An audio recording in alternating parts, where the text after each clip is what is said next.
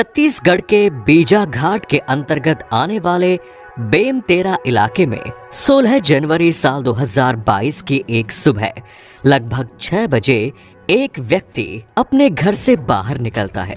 अचानक उस पर 3 लोग हमला कर देते हैं। वो किसी तरह चीखता चिल्लाता हुआ वापस अपने घर की तरफ आता है।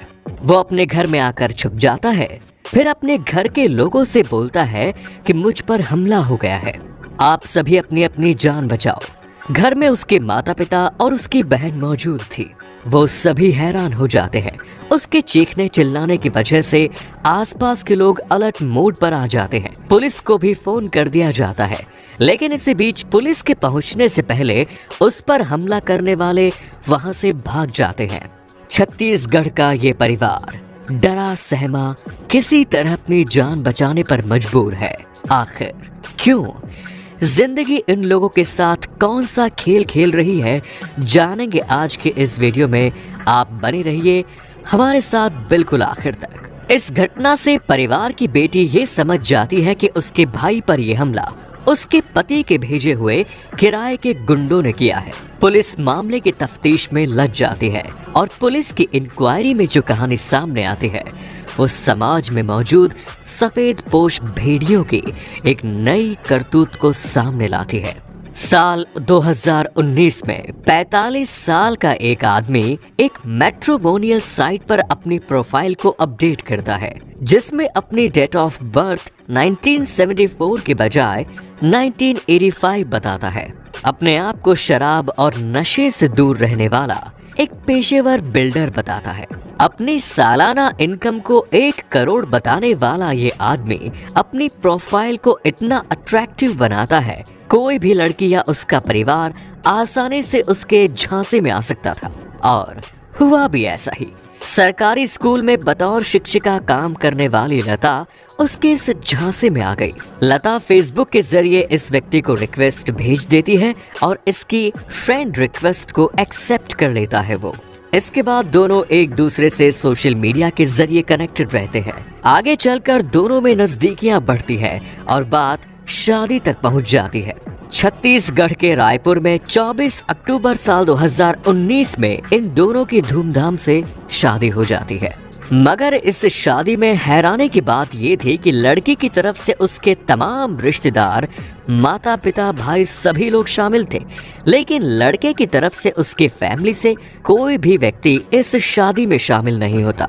लड़का अकेला शादी करने के लिए आता है। जब लड़के से इस बारे में सवाल पूछा जाता है तो वो कहता है कि उसकी इस शादी को लेकर उसके परिवार वाले नाराज हैं और वो अपने परिवार वालों के नाराजगी को एक तरफ रखकर लता से शादी कर रहा है। लड़की और उसके परिवार वाले लड़के की इस बात पर 100% भरोसा कर लेते हैं। शायद यही उनकी पहली गलती थी कि उन्होंने शादी से पहले लड़के और उसके परिवार वाले के बारे में कोई भी छानबीन नहीं की, और वो केवल इसलिए क्योंकि लड़के ने अपनी सालाना कमाई 1 करोड़ बताई। साथ ही लड़के ने लड़की और उसके परिवार वालों से ये प्रॉमिस किया था कि शादी के बाद जब ये दोनों एक साथ रहने लगेंगे तो उसके परिवार वाले मान जाएंगे और इनके इस रिलेशन को एक्सेप्ट कर लेंगे। शादी के बाद बाकी की रस्में होती है। वो लोग 2 दिन रायपुर में और रुकते हैं। इसके बाद लड़का लड़की को लेकर मध्य प्रदेश के इंदौर शहर में आ जाता है। इस लड़के का नाम राजेश विश्वकर्मा था, जो अपनी पत्नी के साथ इंदौर में 15 दिन होटल में बिताता है। लता की जिंदगी के ये सबसे खूबसूरत दिन थे। इतने दिन बीत जाने के बाद भी राजेश ने अपनी पत्नी को अपने फैमिली मेंबर से नहीं मिलवाया। लता ने जब उससे कहा कि मुझे अपने परिवार वालों से मिलवाओ तो उसने कहा कि अभी माहौल ठीक नहीं है, इसीलिए तुम्हें अपने परिवार वालों से नहीं मिला सकता। राजेश का मांगलिया क्षेत्र में एक आलीशान फार्म हाउस है जो शिप्रा थाने के अंतर्गत आता है। इसने अपनी पत्नी को उसी फार्म हाउस में ले जाकर रख दिया।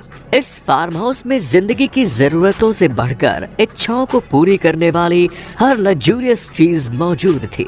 इस फार्म हाउस में नर्म मुलायम बिस्तर, महंगी महंगी गाड़ियां, सजावट के महंगे और बहुत ही खूबसूरत आइटम मौजूद थे। जिंदगी के आने वाले 15 दिन लता ने इसी फार्म हाउस में बिताए जो उसके लिए किसी सपने की तरह थे। लता ने जब इस फार्म हाउस में प्रवेश किया तो यहाँ के नौकर ने उसका स्वागत किया। ऐसा लगता था जैसे उसकी जिंदगी का सबसे बड़ा सपना पूरा हो गया है। लेकिन इसी फार्म हाउस में राजेश का एक ऐसा चेहरा सामने आया जिसकी कल्पना लता ने कभी नहीं की। राजेश ने अपने फार्म हाउस में एक बड़ी सी स्क्रीन लगा रखी थी जिस पर वो ब्लू फिल्में देखा करता था और अपनी पत्नी लता को भी दिखाया करता था। पॉर्न फिल्मों में दिखाए जाने वाले सभी दृश्यों को वो अपनी पत्नी के साथ परफॉर्म करने की जिद किया करता था। लता ने शुरू में तो मना किया, लेकिन इसके बाद वो इन तमाम चीजों के लिए राजी हो गई। शायद उसके पास इसके अलावा और कोई ऑप्शन नहीं था। आगे चलकर राजेश लता के साथ अननेचुरल सेक्स करने लगा, लेकिन इसके बाद राजेश ने लता के साथ हैवानियत की जो हदें पार की, उसने लता को बुरी तरह तोड़ कर रख दिया। इसके बाद एक दिन राजेश का दोस्त विपिन भदौरिया उसके फार्म हाउस पर आता है। दोनों पति पत्नी उसे खाना खिलाते हैं। इसके बाद राजेश अपनी पत्नी से कहता है कि वो उसका डांस देखना चाहता है, और वो भी बिकनी पर। लता को ये मंजूर तो नहीं था, लेकिन फिर उसे हथियार के दम पर मजबूर किया गया वो तमाम काम करने के लिए जिसे वो करना नहीं चाहती थी। अभी तक तो उसके साथ उसका पति ही अननेचुरल बिहेव करता था, लेकिन आज उसका दोस्त विपिन भदौरिया भी शामिल हो गया। यही लता के जीवन में तरक्की की शुरुआत थी।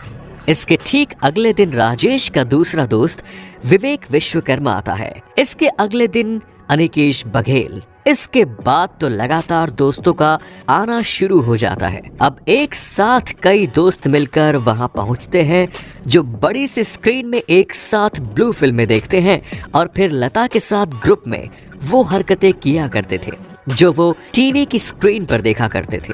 हैवानियत की हद तो तब पार हो गई जब उन्होंने लता के शरीर को सिगरेट से जलाना शुरू कर दिया।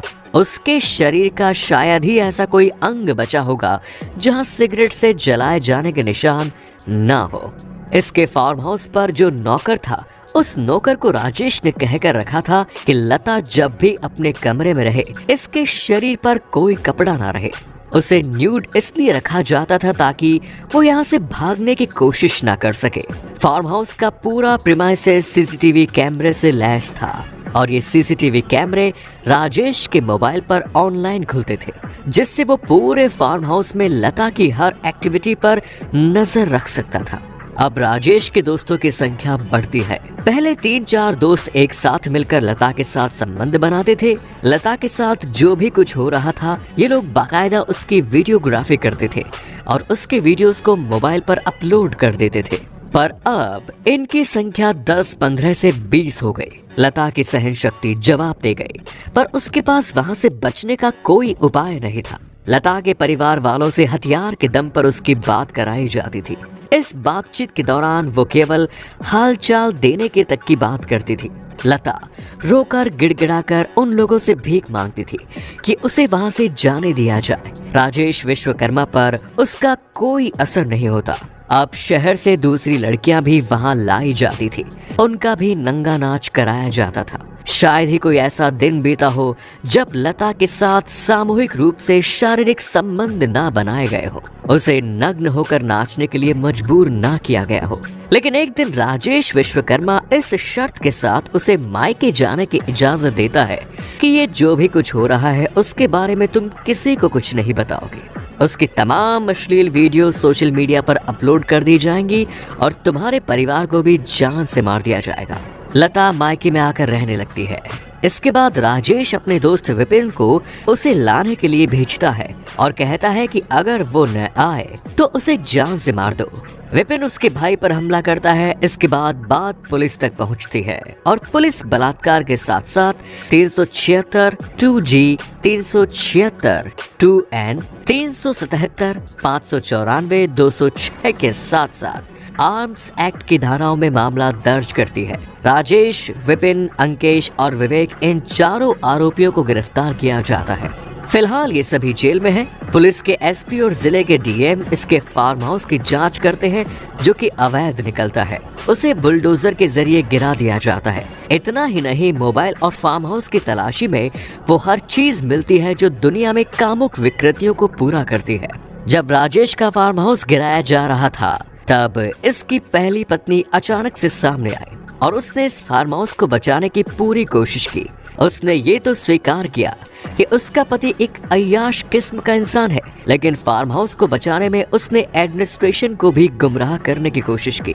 अब राजेश विश्वकर्मा की तमाम संपत्तियों की जांच की जा रही है। लता एक सरकारी स्कूल में टीचर थी। वो चाहती थी एक बेहतर जिंदगी, लेकिन करोड़ों के लालच में उसने अपने जीवन में ऐसे कटु अनुभव समेट लिए जो जीवन को कभी भुलाए नहीं जा सकते। धन्यवाद।